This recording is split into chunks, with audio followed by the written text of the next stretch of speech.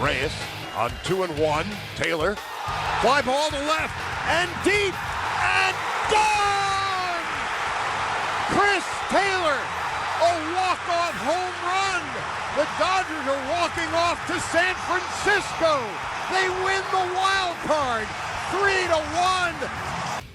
Charley Steiner with the call on AM 570 LA Sports, and the voice of the Dodgers, Charley Steiner, joining us. How much sleep did you get last night? Not a lot. Well, it was one of those, you take it home and you try to say, all right, it's over now. Then try to tell your brain that it's over now. And then knowing I'm going to have to get up at the crack of dawn to spend some time with you today. Good morning. Good morning. Do you judge your own call?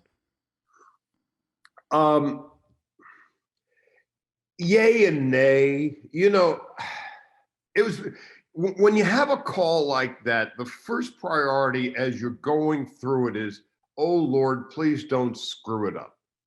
And then when you get to a concluding point where, all right, now I can shut up and lay out, then I know I've done pretty well. Aaron Boone was the first one where it was like, whoa. And I remember as he was circling the bases and I concluded the call, I clenched my fist under the desk and said, yeah, I think that has some legs. And last night, I suppose it was kind of the same. Again, I have been so lucky to have had the Boone call, now the Taylor call, walk-off games ending in just high drama and complete elation. And, you try to do it right, and then lay out. But also, I don't know how you can handicap this, because it's not like you go, this is a guy who's going to hit a walk-off home run. You have to be prepared for maybe it's a base hit in the gap or something. But in your mind, do you have scenarios? No. Okay. No. I think that's probably the worst thing you can do. I think you just have to be there in the moment. In the Boone call, I got it back about 2 seconds before the crack of the bat and then the home run. We were coming out of a commercial break. First pitch, 11th inning, and I went yammering on.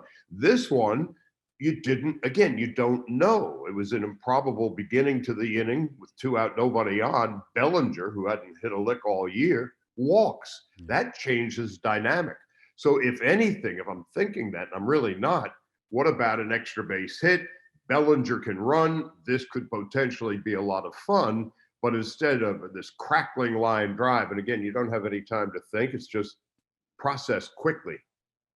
Also, when you're listening, players talk about they can tell when something's going to be a home run, but I think it's probably even more essential when you're calling a game of just what you hear, like the sound of the ball leaving the bat. How much do you read into that, knowing that, yes, this is a home run or this might be a home run? It's really an audio-visual exercise. The crack of the bat. There are a lot of cracks of the bats that end up in 4-6-3 double plays. But also then the dreaded launch angle. It was pretty evident at the moment of impact it was going. And the last thing in the world you want to do in a moment like that, where a call like that is going to be around for a long time, is screw it up. So you want to be on top of it, but you don't want to oversell it for fear of, uh-oh. The last thing in the world a play-by-play guy wants in a big moment is an uh-oh. Have you had an uh-oh? Oh, I've had a career of uh-oh. You just did. I guess that's another one. Because, we were watching the Red Sox with Stanton hit the ball off the green monster, and the camera made it look like, oh, my God, that's gone. And It wasn't just the Yankees announcer, John Sterling, but I think ESPN had the call as well, that everybody thought it was gone. Stanton thought it was gone. But like the camera framed it in a way, it was like, oh, my God, it's going to go out of the ballpark. That was an uh-oh moment for everybody. Yeah. And it's one of the things as a play-by-play announcer you hope to God doesn't happen to you.